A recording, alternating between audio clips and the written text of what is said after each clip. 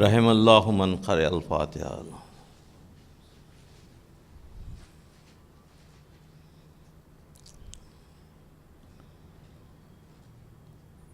اعوذ باللہ من الشیطان الرجیم، بسم اللہ الرحمن الرحیم۔ یا من دل علی ذاتہ بذاتہ وتنزہ عن مجانست مخلوقاتہ وجل عن ملائمت کیفیاتہ، یا من قرب من خطرات الظنون وبعد عن لحظات العیون لما کان قبل یکون، والصلاة والسلام علی خیر خلقہ محمد خاتم النبیین و سید المرسلین و رحمۃ للعالمین واہل بیت الطیبین الطاہرین المعصومین المظلومین۔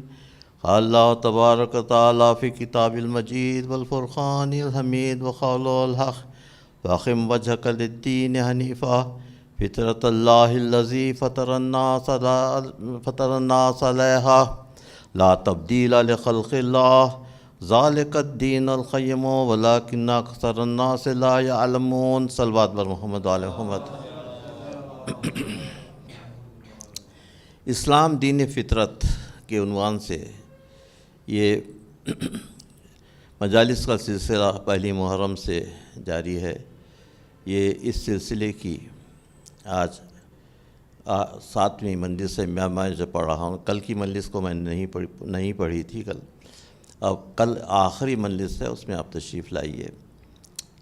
اور اس کا من مجالس کا سلسلہ یہ عنوان سے میں 14 سے 18 محرم بیت الخائم پرانی حویلی میں شام کے ٹھیک 7:30 بجے میری مجالس ہوں گی۔ وہ یہی عنوان رہے گا، کیونکہ اتنا وسیع مضمون ہے کہ اس کو 7 یا 8 مجالس میں کور نہیں کیا جا سکتا، اس لیے انشاءاللہ وہ 4 مجالس اور اس کے بعد بھی اگر وہ سلسلہ رہا تو پھر بعد کے مجالس میں وہ چلے گا، ضرور اس میں تشریف لائیے گا۔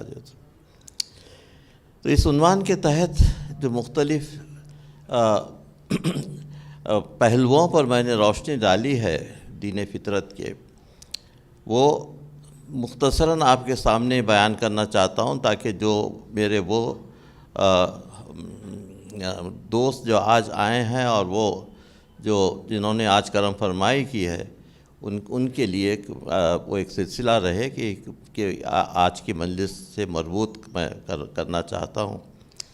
میں نے مضمون فطرت اور طبیعت، فطرت کیا چیز ہے؟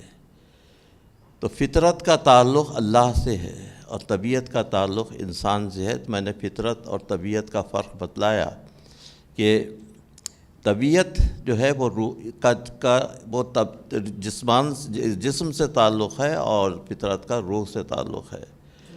تو جتنی روحانی ایسپیکٹس ہیں وہ ساری کے ساری فطرت سے متعلق ہیں، اور جتنی جسمانی ایسپیکٹس ہیں، فزیکل ایسپیکٹس ہیں، وہ ساری کے ساری جو ہے طبیعت سے متعلق ہیں۔ طبیعت کس کا ایک شاخ اس کی جو ہے اللہ کی خلقت ہے جو کائنات کی، اور مختلف چیزوں کے خواص مقرر کرنا ہے، جو وہ سارے کے سارے خواص ڈٹرمنڈ ہیں، اس میں کوئی تبدیلی نہیں ہوتی۔ لا تبدیل خلق اللہ، اللہ کی خلقت میں بھی کوئی تبدیلی نہیں ہوتی، اللہ کی سنت میں بھی کوئی تبدیلی نہیں ہوتی جیسا۔ اور یہ باتیں میں نے پہلے کی مجالس میں کہی ہیں۔ آج کی مجلس سے میں ہیومن ڈیسٹینی کے متعلق کہنا چاہتا ہوں، ہیومن ڈیسٹینی اور ہیومن فیٹ، یعنی انسان کا نصب العین، ڈیسٹینی کے معنی اگر آپ نصب العین لیں جو ہے اس کو جی، اور انسان کی تقدیر، جس تقدیر کے متعلق جو میں باتیں کہہ رہا تھا، یہ دونوں ایسپیکٹ سے متعلق آج یہ آج کی تقریر اس کے متعلق ہوگی۔ اور میں دعا کر رہا ہوں کہ خدا کرے وہ ٹائم کے اندر وہ میں ساری ایسپیکٹس آپ کے سامنے بیان کر سکوں، ورنہ پھر کل کی مجلس میں اس کا تتمہ آپ کے سامنے بیان ہوگا انشاءاللہ جو ہے۔ تو ہیومن ڈیسٹینی کیا ہے؟ یہ بہت ہی اس کا انسان کا نصب العین، جس کو ڈیسٹینی کا ترجمہ اگر آپ نصب العین کہیں یا اس کا آؤٹ لک کہیں، ڈیسٹینی جہاں کیا کرنا، کہاں تک پہنچنا چاہتا ہے، اس کا ٹارگٹ کیا ہے. تو اس سے متعلق الیکسس کال، اس آتھر کا ریفرنس میں نے پہلے بھی آپ کے سامنے دیا تھا. یہ فرانس کا ایک ڈاکٹر تھا، اور اس نے ایک کتاب لکھی ہے انسانی نفسیات پر.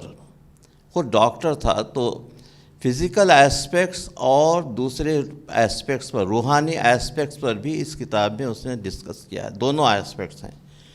انسان کا طبعی ایسپیکٹ ہے جس کا تعلق طبیعت سے ہے، اور روحانی ایسپیکٹس بھی ہیں جس کا تعلق فطرت سے ہے. اس کتاب کا نام ہے مین دی انون، الیکسس کارل. یہ کتاب آپ ضرور پڑھیے، یہ امیزون پر اویلیبل ہے، اور پڑھنے سے تعلق ہے اس کا. کیونکہ یہ وہ ڈاکٹر ہے، اس سے پہلے کی مجالس سے میں نے کہا تھا، جس نے دا پریئرس ایک کتاب لکھی ہے فرینچ میں، جو ہے یہ پریئرس اس کا فرینچ کا ترجمہ ہے، جس میں اس نے دعا کرنے کے آداب اور دعا کرنے کے طریقے اور کس طریقے دعا کی جانی چاہیے، یہ ساری چیزیں اس نے بیان کی ہیں. اور اس میں اس کی خصوصیت یہ تھی کہ ایک اس کا سیکشن تھا اس کے دواخانے کا، جہاں بیماروں کا علاج وہ دعاؤں سے کیا کرتا تھا. دعاؤں سے بیماری کا علاج کیا کرتا تھا جو ہے. تو اس سے آپ دیکھیے کہ دعاؤں کا پریکٹیکل اپلیکیشن کیا ہے. جی، اس کی لائف خود ایک پریکٹیکل اپلیکیشن تھا دعاؤں کا.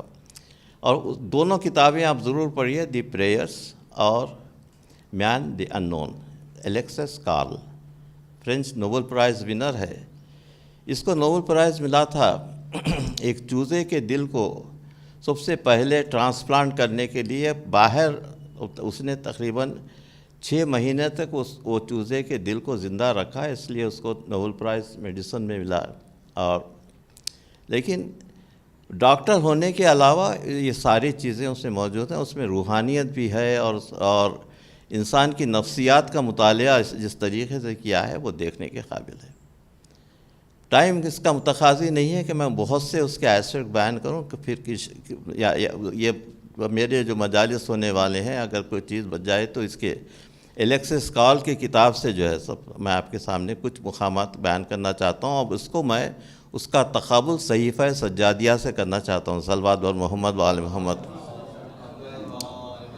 کہ ہمارے امام نے کن مقامات کا ذکر کیا ہے دعاؤں کے متعلق. جو دعاؤں کی کتاب ہے ہماری صحیفہ سجادیہ، کن مقامات کا ذکر کیا ہے. تو یہ میں اس کا جو ہے اس کا کیا مقابلہ جو نسبت خاک رب عالم پاک، لیکن پھر بھی یہ ہمارے نوجوانوں کے لیے کہ ہمارے پاس ہمارے مذہب میں کیا کیا ذخیرے موجود ہیں اس کے متعلق رہتا ہوں. تو چلیے کیا ہے، تو آج ہم ڈیسٹینی سے شروع کرتے ہیں کہ انسان کا نصب العین کیا ہے. انسان کے نصب العین کے لیے جو عوامل فیکٹرز جو متاثر کرتے ہیں، وہ چند عوامل ہیں جو متاثر کرتے ہیں، ان کا لسٹ سن لیجیے. ایک تو یہ ہے کہ سب سے پہلا جو ہے وہ فزیکل فیکٹرز ہیں، طبیعی، انسان کا جسم، انسان کا اور کانسٹیٹیوشن، یہ وہ سب تمام، انسان کا مزاج، یہ طبیعی فیکٹرز ہیں جو افیکٹ کرتے ہیں. اس کے بعد جو ہے وہ دوسرے جو ایسپیکٹس ہیں وہ مذہبی ایسپیکٹ ہیں. انسان کا مذہب سے مذہبی ایسپیکٹس ہیں، نفسیاتی ایسپیکٹس ہیں جیسے، اور سوشل ایسپیکٹس ہیں، اور سیاسی ایسپیکٹس ہیں. اور اس کے علاوہ فزیکل ایسپیکٹس میں ایک کا تعلق جو ہے وہ ڈائنامکس سے بھی ہے. میں وہ بھی تھوڑا سا آپ کے سامنے بیان کرنا چاہتا ہوں. ذرا آپ کے مزاجوں پر گراں گزرے گا، لیکن میں سمجھتا ہوں میں اس کو سمجھانے کی کوشش کروں گا جیسے. تو چلیے اس سے شروع کریں جو بہت جس کا تعلق جو ہے تھرموڈائنمکس سے. تھرموڈائنمکس میں ایک چیز ہوتی ہے جس کو انٹروپی کہتے ہیں. انٹروپی کا مطلب یہ ہے کہ کسی چیز کی آزادی جو ہے، جی، ترتیب اور نہ بے ترتیبی، یہ دو ایسپیکٹس ہیں. اگر کوئی چیز بے ترتیب ہے تو اس کی انٹروپی بڑھ جاتی ہے، بے ترتیبی میں انٹروپی کا اضافہ ہوتا ہے، اور ترتیب میں انٹروپی کی کمی ہوتی ہے۔ انٹروپی کا اضافہ، بے ترتیبی۔ تو انسان کی زندگی کیا ہے؟ بے ترتیبی سے ترتیب میں لانا جو ہے انسان کی زندگی یہ ہے جی۔ رینڈم تھا اس وقت، ایک ترتیب آ گئی، ایک سسٹم پیدا ہو گیا، اور تقریباً کوئی 25,000 to 30,000 ڈفرینٹ میکانزمس آپ کے جسم میں کام کر رہے ہیں جو آپ کی زندگی کو برقرار رکھے ہوئے ہیں۔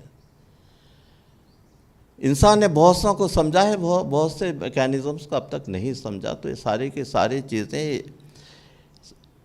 انسان کی جو زندگی ہے وہ انٹروپی کا جو ہے کم ہونا ہے، بے ترتیبی جی۔ چکباس کہتے ہیں کہ زندگی کیا ہے؟ عناصر میں ظہور ترتیب، موت کیا ہے؟ انہی اجزاء کا پریشاں ہونا جی۔ زندگی کیا ہے؟ عناصر میں ظہور ترتیب، یہی ہے سب نام۔ یہ انٹروپی کی جو ہے زیادتی ہو جاتی ہے۔ ایک قانون ہے قدرت کا کہ جب انٹروپی میں کمی ہو جاتی ہے اور تو اس کے بعد وہ فری انرجی پر بھی اس کا ایفیکٹ پڑتا ہے، ایک تھرمو ڈائنمک لا ہے۔ زیادتی، انٹروپی کی زیادتی یا کمی انرجی کو، توانائی کو ایفیکٹ کرتی ہے، اور ترتیب میں لانے کا نتیجہ یہ ہے کہ اس کی فری انرجی جو ہے وہ کم ہونے لگے گی، اور اگر فری انرجی اس حد تک کم ہو جائے تو انسان ختم ہو جاتا ہے۔ تو انسان کی موت کو چاہے آپ اللہ کا حکم سمجھیں یا انٹروپی کا ایفیکٹ سمجھیں۔ صلوات بر محمد وآل محمد۔ اسی طریقے سے سماج کی حالت ہے جو ہے، سماج کی ترتیبی اور سماج کی بے ترتیبی جی، کیوٹک سچویشن جو ہے سب۔ تو سماج کی ترتیبی کیا ہوتی ہے؟ ترتیب کس وقت ہوتی ہے جی؟ آرگنائزیشن کب ہوتا ہے اس کا؟ جب وہ ایک گروپ بنتا ہے، اس کے کچھ مقاصد ہوتے ہیں۔ جیسا اسلام جو ہے ایک آرگنائزیشن ہے، آپ اس کو مذہب کی ایک آرگنائزیشن سمجھیے، جس میں کچھ قوانین ہیں، کچھ مذہب کی پابندی ہے، اور اللہ نے کچھ قوانین مقرر کیے ہیں۔ تو یہ کیا ہے؟ یہ بے ترتیبی سے یہ ترتیب ہے، یہ سب مذہب کی پابندی بے ترتیبی سے ترتیب ہے۔ اس کو ریپیٹ کر رہا ہوں کئی وقت، کیونکہ اسی پہ جو ہے ساری چیزوں کا انحصار ہے۔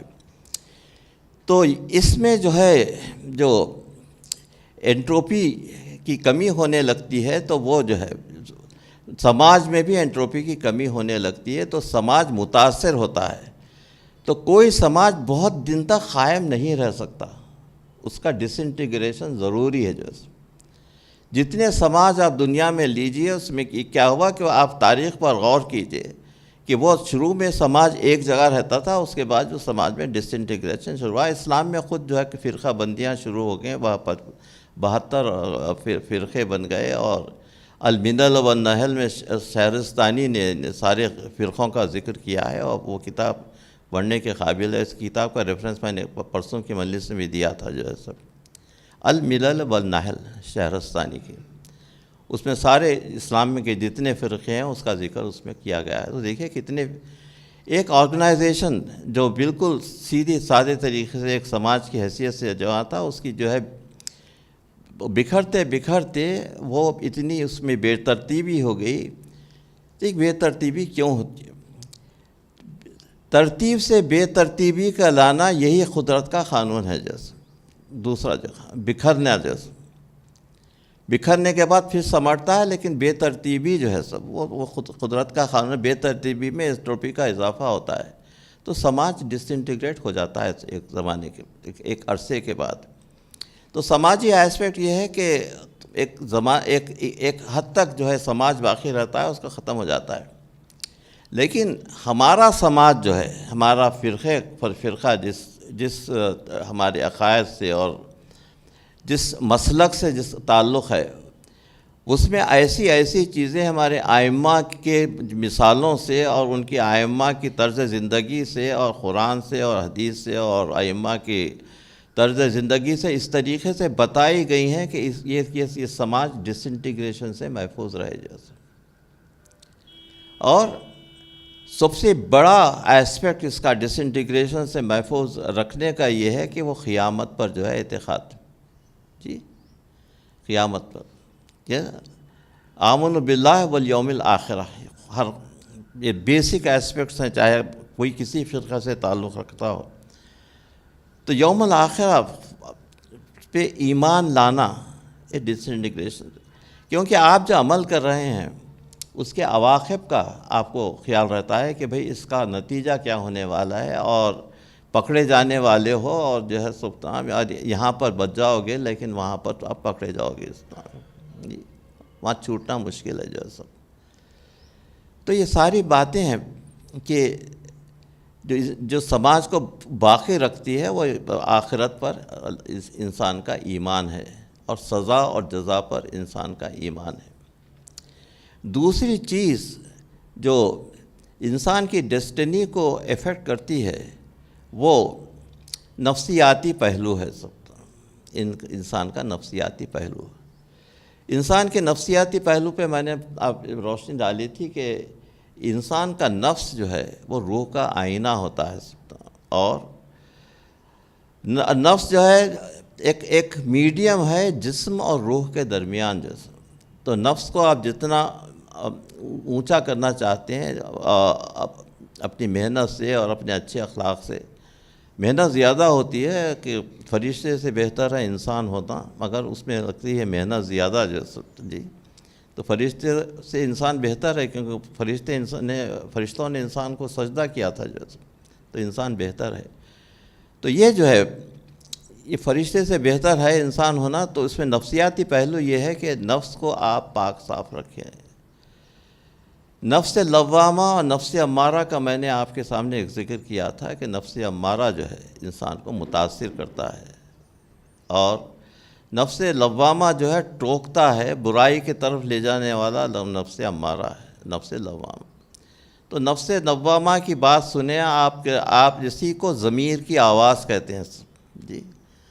اگر آپ اس میں عقیدہ بھی نہ رکھیں تو ضمیر کی آواز تو بہت مشہور جو ہے ٹرم ہے کہ لوگ استعمال کرتے ہیں کہ ضمیر کی آواز کیا ہے۔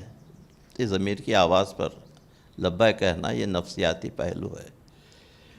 اس کے بعد سماجی ایسپیکٹ ہے جو انسان کی ڈیسٹنی کو جی سیاسی ایسپیکٹس ہیں جو انسان کی ڈیسٹنی کو متاثر کرتے ہیں۔ جیسا سیاسی ایسپیکٹ جو ہے، اسلام ایک چھوٹے سے سماج کی حیثیت سے شروع ہوا تھا، اور اس میں جو تھا کہ ہر ایک انسان کو آزادی تھی، انسانوں کے درمیان بردرہڈ تھا، انسانوں کے درمیان آزادی تھی، اور کلر، رنگ، نسل یہ سب کسی چیزوں کی اہمیت نہیں جاتی تھی کہ انا اکرمکم عند اللہ اتقاکم، تم میں زیادہ وہی قابل عزت ہے جس کے پاس کیریکٹر ہے۔ تو تقویٰ جو ہے کرائیٹیرین ہے اس کا۔ تو اخلاقی پہلو اور سیاسی پہلو یہ تھا کہ سیاسی پہلو میں یہ ہے کہ جو مختلف قسم کے جو اسلام جو ہے وہ ایک سماج سے نکل کر ایک اسلامی حکومت سے نکل کر وہ ایک ملوکیت میں تبدیل ہو گئی۔ اب کتاب مودودی کی کتاب پڑھی ہے خلافت اور ملوکیت، جیسے اس کا ٹرانسلیشن نہیں ہوا ہے لیکن اس کا ٹرانسلیشن ہونا چاہیے اس کتاب کا، جو ہے خلافت اور ملوکیت۔ اس نے بہت کلیئرلی لکھا ہے کہ خلافت جو ہے ملوکیت میں جب تبدیل ہو جاتی ہے، اس سیاسی پہلو اس کا یہ ہوتا ہے کہ انسان اپنی آزادی کھو بیٹھتا ہے جی۔ ملوکیت میں کیا کیا ہوا؟ انسانوں کو غلام بنایا گیا جی، ان کو بیعت کرنے پر مجبور کیا گیا، کیونکہ اسلام میں بیعت کا التزام جو ہے یہ مجبوری کی حد تک نہیں ہے، اگر آپ چاہتے ہیں تو بیعت کیجئے، نہیں چاہتے ہیں تو مت کیجئے جیسے جی بالکل۔ یہ نہیں ہے کہ بیعت آپ نہ کرنے پر جو ہے آپ کو قتل کیا جائے گا، یہ نہیں ہے اسلام میں۔ حسین ابن علی سے جو مواخذہ کیا جا رہا تھا وہ بیعت نہیں کرنے سے، میں نے کہا کہ میں باطل کی بیعت کرنا نہیں چاہتا جو ہے۔ تو سیاسی ایسپیکٹ اس میں دباؤ کا یہ ہے کہ انسان کی آزادی کو متاثر کرنے کے لیے تو اس کا چوں خلافت رشتہ خوراں گسیخت حریت را زہر اندر کام ریخت، اقبال کہتے ہیں جب خلافت نے قرآن سے رشتہ توڑ دیا، جیسے جی سب مواقف ہیں، اس کے ڈیٹیلز میں جانے کی ضرورت نہیں ہے، جب خلافت نے قرآن سے رشتہ حریت را زہر اندر کام ریخت، آزادی ختم ہو گئی جی۔ نقش اللہ بر صحرا نوشت سطر عنوان نجات ماں نوشت جی۔ سطر اللہ نے لا الہ الا اللہ کی بنیاد رکھی اور ہمارے نجات کا سامان اللہ اللہ بائے بسم اللہ پدر مانی ذبح عظیم آمد پسر۔ دیکھیے حسین ابن علی پر جو خراج عقیدت ہے اقبال کے رموز خودی میں پوری نظم ہے، سب پڑھ کے دیکھیے اس کے اندر، تو سیاسی ایفیکٹ کا بڑا اس میں آتا ہے۔ اس نظم میں امام حسین علیہ السلام کی خراج عقیدت میں بہت اچھی طریقے سے آپ اس کو سمجھ سکتے ہیں، اور بڑی واضح ہے طریقے سے اس کا اظہار ہے کہ خلافت جو ہے جب ملوکیت میں تبدیل ہو جاتی ہے تو کیا ہوتا ہے اس کے بعد جو ہے۔ تو انہوں نے بہت اچھا لکھا ہے اور بہت نڈر ہو کے انہوں نے لکھا ہے، لیکن میں سمجھتا ہوں کہ وہ کتاب جو ہے اس کو یا تو ختم کر دیا گیا، آج تو اویلیبل بھی نہیں ہے آج کل وہ خلافت اور ملوکیت، لیکن میرے پاس اس کی کافی موجود ہے تو وہ، اور میں اس کا ٹرانسلیشن بھی کر رہا ہوں، اور ان کی کوئی اولاد اگر باقی ہے تو ان سے اجازت لے کے اس کو جو ہے پرنٹ بھی کر لیں گے صلوات بر محمد وآل محمد۔ اس کا تاریخی حقیقت، تاریخ متاثر کرتی ہے، انسان کی ڈیسٹینی کو تاریخ متاثر کرتی ہے، کیونکہ تاریخ اس طریقے سے متاثر کرتی ہے کہ پچھلے واقعات کا اثر آنے والے واقعات پر ہوتا ہے سب۔ تو جتنی پچھلی ہسٹری گزری ہے، اللہ کہتا ہے کہ فَاتَّبَرُوا یا اولی الابصار، اس سے تم جی نصیحت حاصل کرو پچھلے واقعات سے۔ یہ ذکر ایام ہے قرآن میں کہ حضرت یوسف کا قصہ ہے، اور پورے قوم لوط کا ہے، قوم شعیب کا ہے، سارے کے سارے قصے قرآن میں بیان کر دیے گئے ہیں کہ انہوں نے جو چیزیں کی تھیں وہ تم مت کرو، انہوں نے جو غلطیاں کی تھیں تم مت کرو جی۔ قرآن میں ہومو سیکچویلٹی کی اتنی بری طریقے سے جو ہے مخالفت کی گئی ہے قوم لوط کی، جو اور عذاب ان پر نازل ہوا، آج وہ بالکل لیگل ہو رہا ہے بعض ممالک میں ہومو سیکچویلٹی اور انٹر سیکچول وہ marriage of the same sex جو ہے بہت کامن ہو رہا ہے۔ دیکھیے تو یہ جو فطرت سے جو گریز ہے اس سے انسان کو نقصان پہنچ سکتا ہے۔ شراب کے متعلق میں نے آپ کے سامنے بیان کیا تھا کہ شراب کے لیے کہا ہے کہ شراب کے نزدیک مت جاؤ، جو ہے یہ پورے خرابیوں کی جڑ ہے۔ تو لوگ کہتے ہیں بھائی اس میں حرام کا لفظ کہاں لکھا ہوا ہے؟ شراب پینے کے لیے حرام کہیں نہیں لکھا ہے اس میں۔ لا تقربوا الصلاۃ انتم سکارى، جب تم نشہ میں ہو تو اس کے نماز کے نزدیک مت جاؤ جی۔ اور اس کے بعد لیکن اللہ نے شراب کو نجس قرار دیا ہے اور کہا ہے کہ جو ہے یہ شراب جو ہے سارے خرابیوں کی جڑ ہے۔ اسی طریقے سے تمباکو کے متعلق میں کہنا چاہتا ہوں کہ تمباکو کا ذکر قرآن میں نہیں ہے، اور اس کے متعلق کوئی صریح آیات نہیں ہے، لیکن تمباکو کو بعض ہمارے علماء نے اس کو حرام قرار دیا ہے۔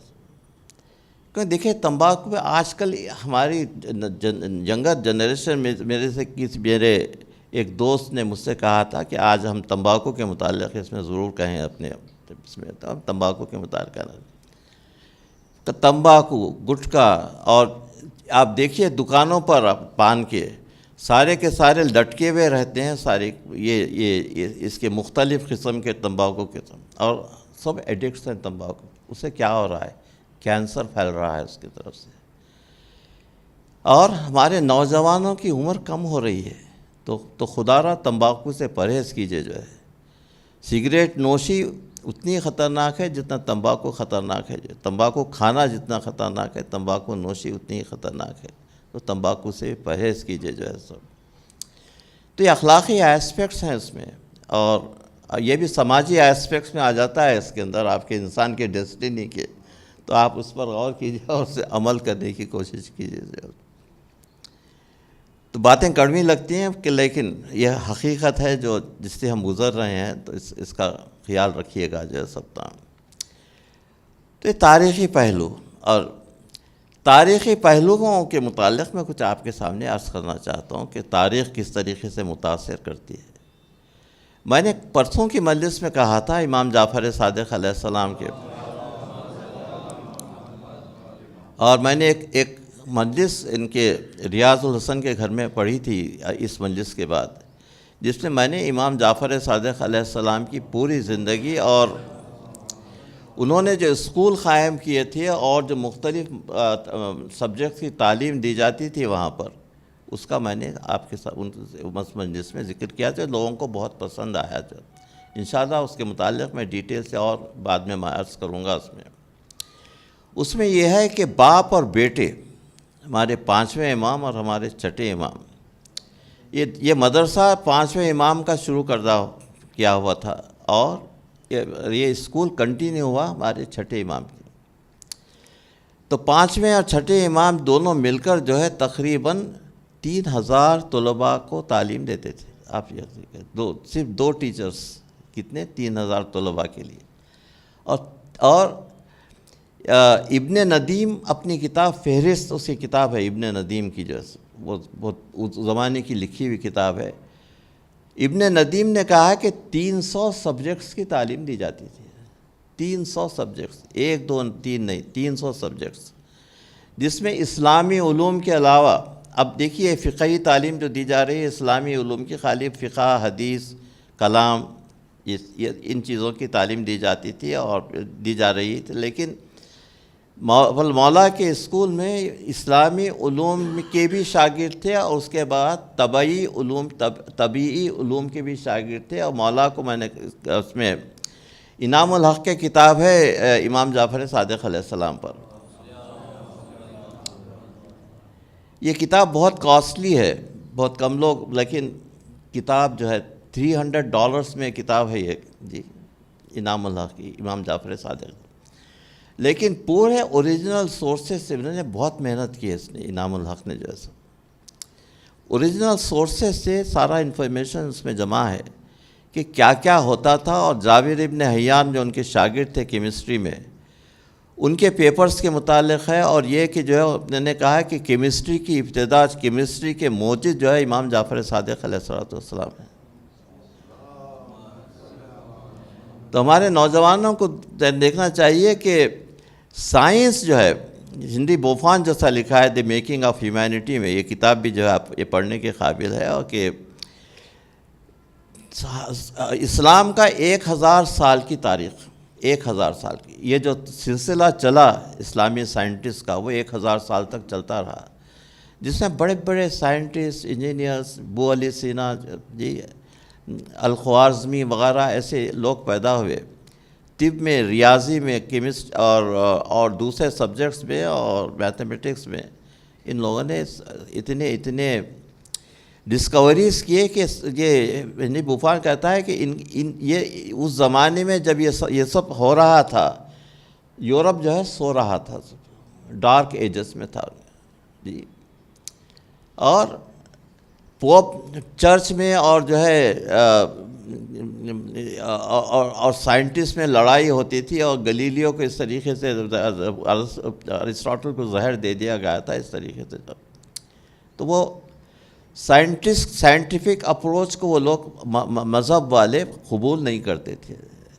تو کرسچینٹی میں ڈویژن تھا بٹوین ریولیوشن اینڈ ریزن جی. لیکن اسلام میں کیا ہے, فطرت اللہ الذی فطر الناس علیہا, تمہاری وہی فطرت ہے جو کائنات کی فطرت ہے. کائنات کی فطرت میں اور تمہاری فطرت میں کچھ فرق نہیں ہے. کائنات کی فطرت سارے سائنٹیفک اصول پر بیسڈ ہے وہ. اسی طریقے سے انسان کی زندگی بھی سائنٹیفک اصول پر بیسڈ ہونا چاہیے.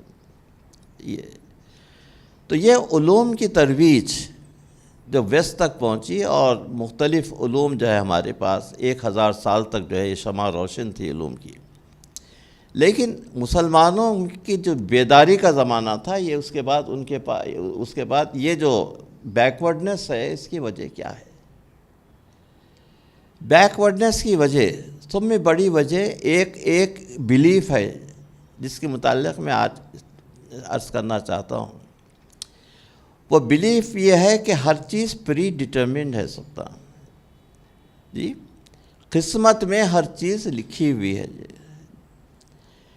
تو یہ ہے کہ قسمت میں جو ہے اگر خراب ہونا ہے تو جو آپ خراب ہو سکتے ہیں، قسمت میں اچھا ہونا ہے تو اچھے ہوتے ہیں، آپ کا کہ اس میں کوئی صحیح نہیں ہے، قسمت میں پہلے سے لکھا ہوا ہوتا ہے۔ تو مسلمان قسمت کا قائل ہو گیا اور محنت کرنا چھوڑ دیا جی، بھائی قسمت میں اگر ہے تو جو روزی ملنا ہے وہ مل جائے گی۔ قناعت کا معنی یہ نہیں ہے کہ آپ جو ہے بالکل کاہل بیٹھ کر جو ہے یہ کہیں کہ جتنا اللہ دینا ہے وہ دے دے گا اور مجھے کچھ نہیں کرنا ہے جی، یہ نہیں ہے۔ یہ ہے کہ آپ آگے بڑھو اور روزی کماؤ۔ حضرت آدم کو جنت سے اس لیے اللہ نے یہاں پر دنیا میں بھیجا کہ سارے یہ چنوتیوں کا مقابلہ کر سکے اور اسٹرگل سے اپنی زندگی کو بنا سکے جو ہے۔ تو اب امیر المومنین کا کہنا یہ ہے صلوات بر محمد و آل محمد کہ your tomorrow should be better than today جو ہے جی، تمہارا کل آج سے بہتر ہونا چاہیے۔ اگر تمہارا کل آج سے بہتر نہیں ہے تمہاری زندگی موت سے بدتر ہے جی۔ تو یہ اسٹرگل کی یہ کہ مسلسل جہاد، زندگی جو ہے جہاد ہے، اور اس جہاد پر کاربند رہنے کا نام جو ہے مذہب ہے۔ مذہب کے معنی کیا ہے؟ مذہب کا ڈیریویٹو ہے ذہبہ، ذہبہ سے مذہب، ذہبہ کے معنی چلنے کے ہیں جی۔ تو مذہب جو ہے کسی راستے پر چلنے کا نام ہے، جیسے صراط اہدنا الصراط المستقیم آپ کہہ رہے ہیں کہ صراط مستقیم پر قائم رہ، تو صراط مستقیم پر جو باقی رہنے کا نام یہ ذہبہ، چلنا ہے، رکنے کا نام مذہب نہیں ہے۔ مسلسل موشن ہے، ذہبہ ہے۔ تو موشن جب تک برقرار ہے زندگی ہے، موشن جب ختم ہو جائے گا زندگی ختم ہو جائے گی جی۔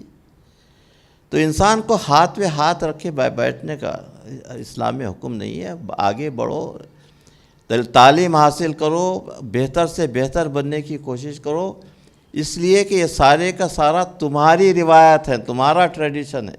یورپ کے پاس کچھ نہیں تھا، آج یورپ آپ کو علم دے رہا ہے، ہم یورپ کو علم دیا کرتے تھے اس زمانے میں جو ہے۔ تو یہ بے حسی جو ہے یہ مسلمانوں کی، یہ قسمت پر بھروسہ کرنے کی وجہ سے ہے کہ قسمت میں ہے تو یہ ہوگا، قسمت میں ہے تو یہ نہیں ہوگا، بس یہ ہے۔ اور قناعت کے معنی یہ نہیں ہے کہ بھئی آپ جو ہے وہ دو ٹکڑوں پر آپ، وہ امیر المومنین کے لیے تھا، وہ دنیا کی ساری نعمتیں ان کے سامنے تھیں اور دنیا کائنات کے جو ہے وہ مالک تھے تک جی، ہے نا، کائنات کے مالک تھے جو، اور اللہ کی صفات کا مظہر تھے۔ ان ساری چیزوں کے باوجود اپنی زندگی کو غریب سے غریب رعایا کی زندگی سے کم رکھنا چاہتے تھے جو جی۔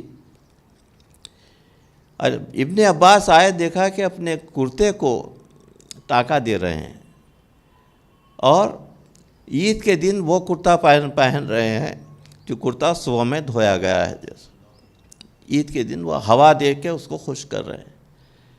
تو کہا کہ امیر المومنین آپ کو بیت المال سے جو پیسے ملتے ہیں آپ کو بھی تو ملنا چاہیے پیسے، آپ کا بھی حصہ ہونا چاہیے، تو اس سے آپ اپنے اوپر خرچ نہیں کرتے۔ کہا کہ دیکھو میری اولاد بہت زیادہ ہے، کہا کہ آپ کی اولاد حسن حسین زینب و ام کلثوم ہے، تو کہا کہ جتنے کوفے کے غریب ہیں یہ سب میری اولاد ہے جی جی۔ ان کو میں تقسیم کرنے کے بعد میرے پاس کچھ نہیں بچتا جیسے۔ بیت المال کی تقسیم کے بعد بیت المال کو جھاڑو دیتے تھے اور کہتے تھے کہ جو ہے حقدار کو حق پہنچ گیا، اب جو ہے میں بالکل بری الذمہ ہو گیا. اس طریقے سے گھر کو جاتے تھے بیت المال کو جھاڑو دینے کے بعد یہ سب. جی. اور عدل کا اتنا خیال کہ چاہے اپنا نزدیکی رشتہ دار کیوں نہ ہو اس کو جو ہے منع کر دو. سگا بھائی عقیل آ کے کہنے لگے کہ مولا مجھے آپ جو دے رہے ہیں بس نہیں ہوتا ہے. کہا کہ دیکھو عقیل، میں تم کو وہی دے رہا ہوں جو دوسروں کو دیتا ہوں. اور انہوں نے بہت زیادہ کہا کہ انہوں نے ایک لوہے کے ٹکڑے کو گرم کیا اور عقیل کے پاس لے گئے. کہا ارے آپ مجھے جلا رہے ہیں. کہا کہ دیکھو عقیل، تم اس دنیا کی آگ سے ڈر رہے ہو اور تم مجھے جہنم کی آگ کے قریب کرنا چاہتے ہو. یہ اپنا سگا، اپنا داماد اور سگا بھتیجا اور داماد عبداللہ ابن جعفر طیار جناب زینب کے شوہر، وہ آیا کہا کہ چچا جان مجھے تھوڑا سا بڑھا دیجئے میرا اسٹائپنڈ. کہا کہ بیٹے تم نوجوان ہو جاؤ، تم کو کام کرنا چاہیے. یہ میرا جو بیت المال ہے یہ غریبوں بے کسوں ان کے لیے، یہ جو ہے ان لوگوں کے لیے سوشل سیکیورٹی کا سامان ہے. آج دیکھیے امریکہ میں سوشل سیکیورٹی ہو رہی ہے. مولا فرماتے ہیں یہ میرا بیت المال سوشل سیکیورٹی کا خزانہ ہے، سوشل سیکیورٹی کے لیے ہے. یہ غریبوں محتاجوں فقیروں کے لیے، تمہارے لیے نہیں ہے. تم جاؤ اور محنت کرو.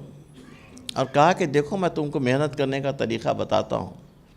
جتنے بنجر زمینات ہیں اس کے مدینے کے باہر، تم وہ بنجر زمینوں کو تم جو ہے بہت کم قیمت پہ بک رہی ہیں، تم جا کے یہ 5 درہم میرے پاس سے لے جاؤ اور وہ زمینوں کو خرید لو جائے. اس کا زمین خریدنے کے بعد آپ نے ان کو ڈرپ کلٹیویشن کا میتھڈ جو اس وقت اسرائیل میں رائج ہے وہ امیر المومنین کا ایجاد کرتا ہے. اب جو جہاں پر خشک لینڈ، جہاں پر پانی بہت اسکیرس ہے، وہاں پانی کا استعمال ڈرپ اریگیشن، وہ بالکل ڈراپ اور بائی ڈراپ واٹر تھا. تو انہوں نے پلانٹس لگوائے وہاں پر، اس کے کھجور کے، اور ڈرپ اریگیشن کا طریقہ بتایا. اس کے بعد within 10 years عبداللہ ابن جعفر طیار was the richest man in Arabia. جو ہے یہ بتائیے، یہ مولا کی کہ یہ کہ تم خود جی غلط ہے شکوہ تقدیر یزداں جو ہے، تو خود تقدیر یزداں کیوں نہیں ہے جیسے. تو یہ سماجی ایسپیکٹس ہیں اس میں. دوسرا طریقہ جو ڈٹرمنزم کا جو ہے اسلام کا، کہ قسمت میں ہر چیز ہے، یہ بنی امیہ کی ایجاد ہے پوری. کیوں بنی امیہ کی کیسی ایجاد ہے؟ بنی امیہ نے اپنے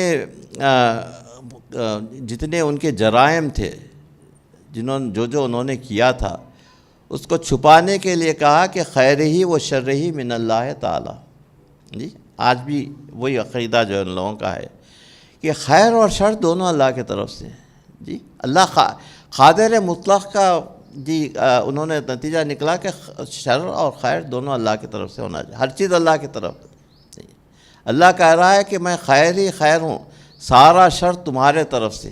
قرآن کے شر انسان کی طرف سے، خیر اللہ کی طرف. اللہ خیر محض ہے. اور بڑا اس میں ڈیفیکلٹی یہ آتی ہے کہ عدل کے قائل نہیں ہیں، اللہ کے عدل کے قائل نہیں ہیں. ہم اللہ کے عدل کے قائل ہیں. بغیر عدل کے کوئی چیز نہیں ہوتی. اللہ کہہ رہا ہے کہ توازن کو برقرار رکھو. وقیم المیزان بالقسط، یہ ایکویلیبریم جو ہے وہ تم توازن سے قائم رکھو، اور یہ توازن کو ڈسٹرب مت کرو. تو یہ توازن کو انسان ڈسٹرب کر رہا ہے، اور توازن کے ڈسٹرب ہونے کی وجہ سے سارے خرابیاں پیدا ہو رہی ہیں. مولائے متقیان کی زندگی ہے. تو یہ خیر ہی و شر ہی من اللہ تعالی اسلام کی سب میں بڑا ایول ہے، جو بنی امیہ نے اپنے ڈھال کے لیے استعمال کیا. اور اس کے بعد یہ کہا کہ بھئی غریبوں پہ جو ظلم ہوتا تھا، کہتے تھے کہ اللہ یہی چاہتا ہے کہ تم پر ظلم ہو جائے. جی اور امام حسین علیہ الصلوۃ والسلام کے لیے معاذ اللہ یہ کہا جاتا تھا کہ ان کے خدمت میں قتل ہونا تھا اور یزید کی خدمت میں ان کو قتل کرنا تھا. تو اس لیے قاتل بھی رضی اللہ تعالیٰ عنہ اور مقتول بھی رضی اللہ تعالیٰ عنہ. کیسے ہو سکتا ہے کہ قاتل اور مقتول دونوں رضی اللہ تعالیٰ کیسے ہو سکتے ہیں؟ جو ہے یہ عدل کے خلاف اور انسان کی فطرت کے خلاف کوئی یہ چیز ہو رہی ہے کہ جانور تک اس کو پسند نہیں کرتا کہ ظلم کیا جائے اور وہ ظلم کو وہ سہ سکے جو ہے. تو حسین نے جو اپنی قربانی پیش کی تھی وہ اس لیے تھی کہ وہ اسلام کو بچایا جائے اور لا الہ الا اللہ سے اپنے خون سے زمین کو سینچا اور لا الہ الا اللہ کی بنیاد رکھی جیسے. اس لیے خواجہ اجمیری کہتے ہیں کہ شاہ ہست حسین بادشاہ ہست حسین دین ہست حسین دی بنا ہست حسین سرداد نداد دست یزید حقہ کے بنا لا الہ ہست حسین. یہ کیسے بنا لا الہ کون ہے؟ حضور ہونا چاہیے، لیکن خواجہ اجمیری کہہ رہے ہیں کہ حسین حقہ بنا لا الہ، کیونکہ اگر حسین سر نہیں دیتے تو کوئی لا الہ الا اللہ کہنے والا کوئی نہیں ہوتا تھا. آج اس مجلس میں جس شہادت کا تذکرہ ہوتا ہے وہ کربلا کی عظیم شہادت ہے، حضرت ابوالفضل عباس ابن امیر المومنین، حضرت ام البنین کے پہلے فرزند. حضرت ام البنین سے امیر المومنین نے عقد بہت بعد میں کیا تھا کہ جناب سیدہ کے بعد کافی عرصے کے بعد حضرت ام البنین سے عقد ہوا تھا. اور یہ شہزادی جب در فاطمہ پر تشریف لائی، انہوں نے دروازے کو چوما، دروازے پر بوسہ دیا اور کہا کہ میری شہزادی کا دروازہ ہے. امام حسن امام حسین آئے تعظیم کرنے کے لیے، کہا کہ بچوں میں تمہاری ماں نہیں، میں تمہاری خادمہ ہوں. اس طریقے سے پرورش ہوئی. تو جناب عباس کی تولد ہوئی. تو جناب عباس کی فضیلت یہ ہے کہ جناب امام حسین جس طریقے سے حضرت صلی اللہ علیہ وسلم نے امیر المومنین علی ابن ابی طالب کا استقبال کعبے میں کیا تھا اور اپنے ہاتھوں میں لیا تھا اور اپنی زبان کو چسایا تھا، اور پہلی نظر جو امیر المومنین نے آنکھیں کھولی تو حضور کا چہرہ دیکھا. اسی طریقے سے جناب عباس نے امام حسین علیہ السلام نے جناب عباس جب پیدا ہوئے تو ان کو گود میں لیا. جب تک بچے نے آنکھیں نہیں کھولی تھی تو سب میں پہلا جو چہرہ دیکھا وہ امام حسین علیہ السلام کا چہرہ دیکھا.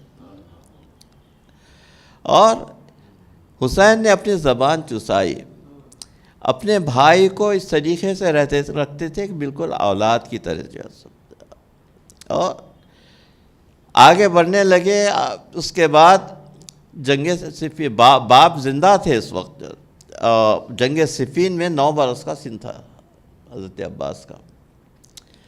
صفین کی جنگ ہو رہی تھی، بڑی شدت کے ساتھ جنگ، اور معاویہ کے ساتھ لڑائی ہو رہی تھی. تو ایک دن حضرت عباس کے چہرے پر آپ نے نقاب ڈالی اور کہا کہ بیٹے تم آج جاؤ.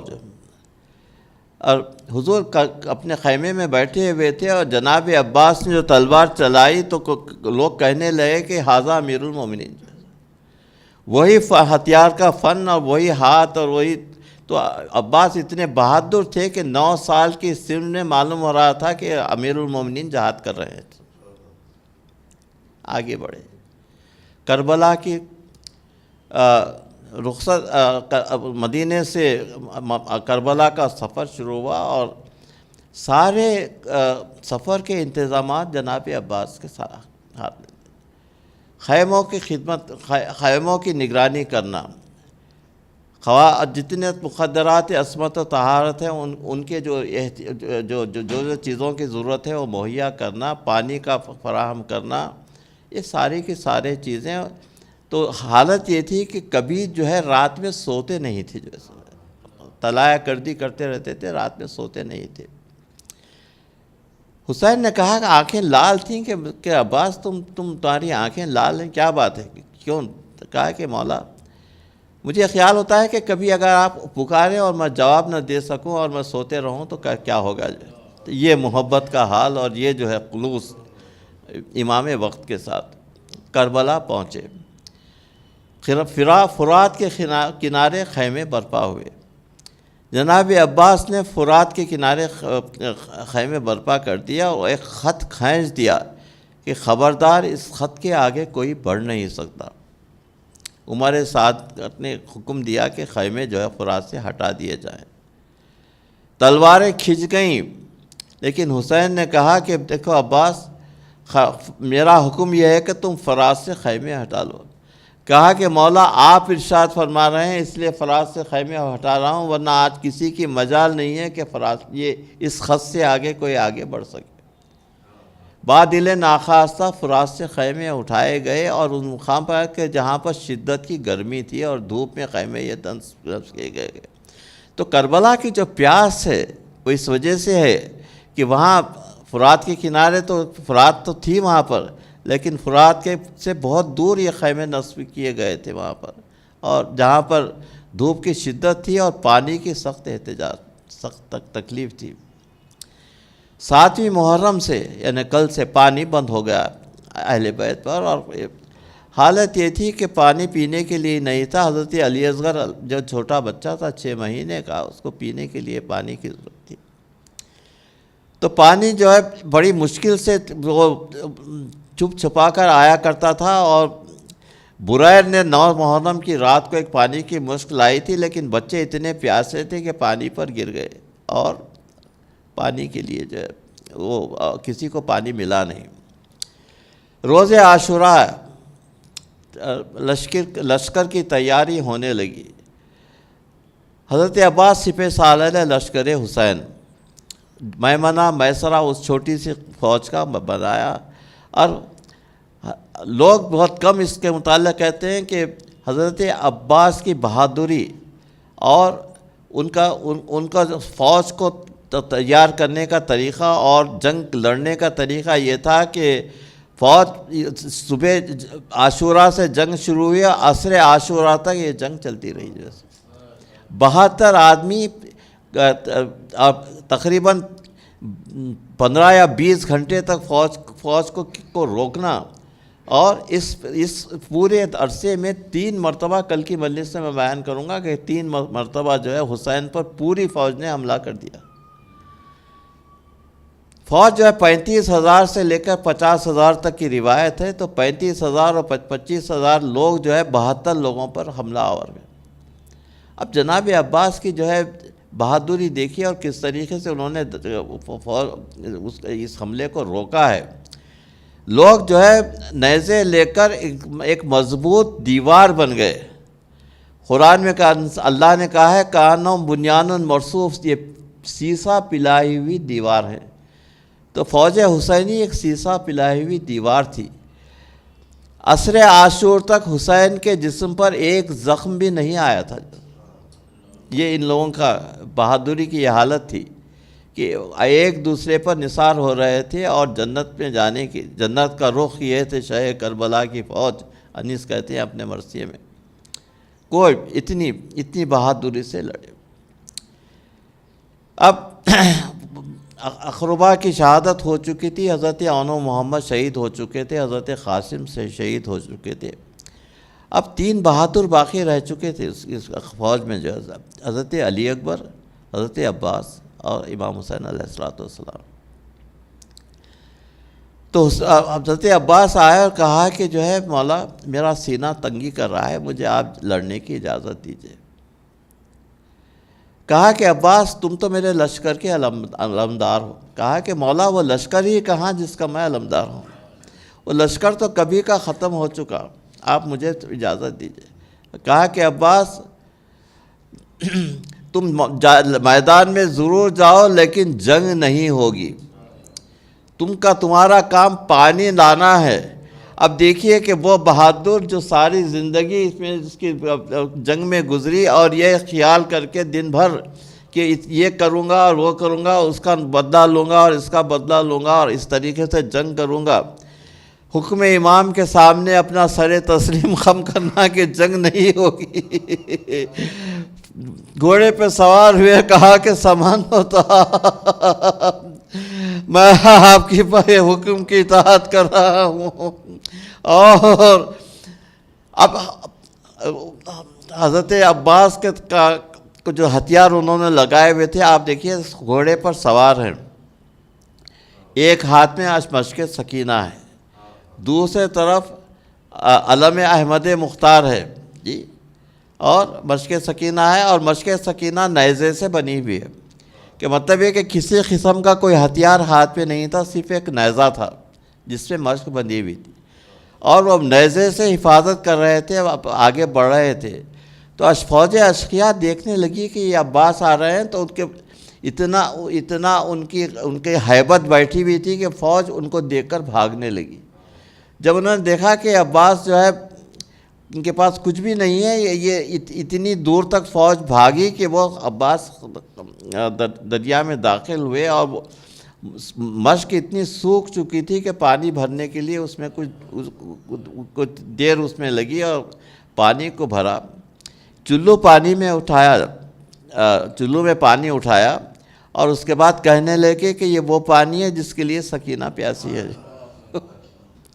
پانی کو پھینک دیا۔ اللہ قرآن میں فرماتا ہے کہ تم قوم طاغوت کے امتحان کے متعلق ہے کہ جو یہ پانی کے لیے جو یہ جنگ ہوئی تھی، اور اس کے اندر جو نیک جو بندے تھے ان کے لیے حکم یہ تھا کہ ایک چلو میں سے پانی لیں، بس عباس وہی کر رہے تھے، چلو میں پانی لیا اور پھینک دیا۔ گھوڑے پر سوار ہوئے اور خیمے کی طرف منہ کو پلٹا دیا۔ اب خیمے تک جانے کی کوشش کر رہے تھے، تو ان کے جسم پہ کوئی اور ہتھیار نہیں تھا۔ اشقیاء نے پیچھا کیا، اور ایک شخص نے نزدیک آ کر ایک ایسا وار کیا کہ عباس کا بایاں ہاتھ خطا ہو گیا۔ بایاں ہاتھ کا خطا ہونا تھا کہ ابھی آپ کے سامنے میں نے نقشہ پیش کیا تھا کہ علم احمد مختار اور مشق سکینہ اس ہاتھ کے طرف بندھے ہوئے تھے، یہ مشق بھی گری، اور علم احمد مختار کا عباس کی بہادری دیکھیے کہ جست کر گھوڑے سے نیچے اترے، اس کو دوسرے ہاتھ کی طرف لیا اور پھر آگے بڑھنے لگے۔ تھوڑی دور بھی آگے نہیں بڑھے تھے کہ وہ دوسرا بایاں سیدھا ہاتھ بھی خطا ہو گیا، اور عباس کے ہاتھ بالکل خطا ہو چکے تھے۔ اپنے آپ کو مشق پر جھکا دیا، مشق سکینہ کی حفاظت کرنے لگے کہ جو کچھ ہو وہ مجھ پر گزرے، لیکن حرم اللہ نے مشق سکینہ پر تیر کا ایک ایسا وار کیا کہ مشق سے پانی بہنے لگا۔ اب عباس کو خیمے میں جانے کے لیے کوئی دلچسپی باقی نہیں رہ گئی تھی، گھوڑے کے رخ کو پلٹا دیا اور پھر فرات کی طرف جانے لگے۔ تو حسین جب نعش عباس پر پہنچے ہیں تو ان کو سب سے پہلے سیدھا ہاتھ ملا، پھر بایاں ہاتھ ملا، پھر نعش عباس پر آئے۔ اس ترتیب سے عباس کے ناشے پر آئے، دیکھا کہ اشقیاء سے کہ گر سے سر جو ہے زخمی ہے، آنکھ میں ایک تیر ہے، گر سے سر زخمی ہے، سر کو اٹھا کر زانوں پہ رکھ لیا، کہا کہ نہیں مولا مجھے زمین پر رہنے دیجئے، آپ کا سر کس کے زانوں پر رہے گا؟ کہا کہ مولا میرے آنکھ میں تیر ہے، آنکھ میں تیر نکال دیجئے۔ حسین نے تیر آنکھوں سے نکالا۔ عباس نے دل بھر کر حسین کا چہرہ دیکھا اور کہا کہ مولا جب میں پیدا ہوا تھا تو آپ کی صورت دیکھا تھا، اب میں دنیا سے جا رہا ہوں تو آپ کی صورت دیکھ رہا ہوں، اور مولا میری ناز خیمے تک مت لے جائیے، سکینہ سے میں شرمندہ ہوں۔ ناز کو وہیں چھوڑا، مشق لے کر پہنچے خیمے میں اور کہا کہ آؤ بچوں عباس کا ماتم کریں۔ سیعلم الذین ظلموا ای منقلبین ینقلبون۔ الہی قلبی محجوب و نفسی معیوب، عقلی مغلوب، ہوائی غالب طاعتی قلیل معصیتی کثیر، لسانی مخیر فی الذنوب، کیفہ حیلتی ستار کشاف غفار الذنوب، اغفر ذنوبی کلہا بحرمت محمد نطرتہ الطاہرین، یا غفار یا غفار یا غفار برحمتک یا ارحم الراحمین، صلی اللہ علیہ خیر خلقہ محمد نطرتہ الطاہرین۔ تو کل کی مجلس آخری مجلس ہوگی، اور لیکن اعمال عاشورہ یہاں پر کرائے جاتے ہیں، اس میں آپ تشریف لا سکتے ہیں عاشورے کے دن جیسا۔ دل سکینہ میں نظر فوج پہ، ہونٹوں پہ دعا، لو علمدار علمدار علمدار چلا، لو علمدار علمدار علمدار چلا، لو علمدار علمدار علمدار چلا، مشق کاندھے پہ رکھی، پیاس کچھ اور بڑھی، آ گئی وہ بھی گھڑی، جانب نہر چلی لے کے پھریرے کی ہوا، لو علمدار علمدار علمدار چلا، لو علمدار علمدار علمدار چلا، پانی چلو میں لیا، دل پہ ایک تیر لگا، دی سکینہ کو صدا، پانی لاتا ہے میری جان ابھی تیرا سقا، علمدار علمدار علمدار چلا، لو علمدار علمدار علمدار چلا، مشق پر ناتی بھری، گو کے پیاسا تھا جری، تشنگی کہتی رہی، پانی پی لے علمدار جو موقع ہے ملا، لو علمدار علمدار علمدار چلا،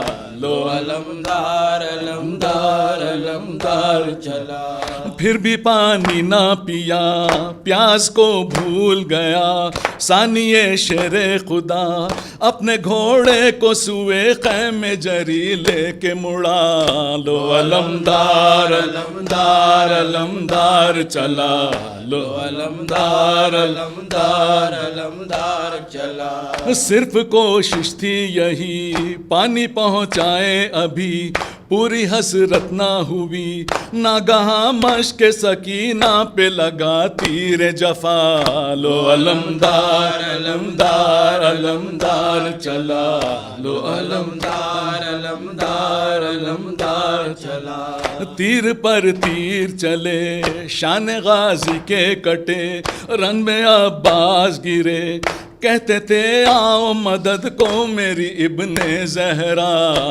علمدار علمدار علمدار چلا، لو علمدار علمدار علمدار چلا، آ کے لاش پہ گرے شاہدی روتے ہوئے، پھر یہ فرمانے لگے چھوڑ گئے تم بھی ہمیں دشت بلا میں تنہا، لو علمدار علمدار علمدار چلا، لو علمدار علمدار علمدار چلا،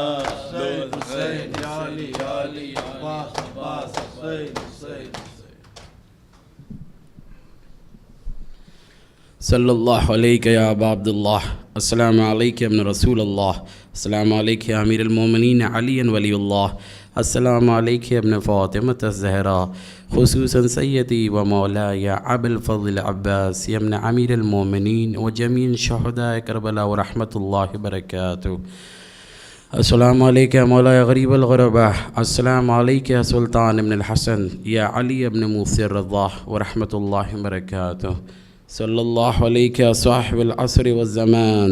علمان علمان علمان يا شريق القرآن، عجل الله تعالى فرجك وسأل الله تعالى مخرجك وزهورك. السلام عليكم ورحمة الله وبركاته.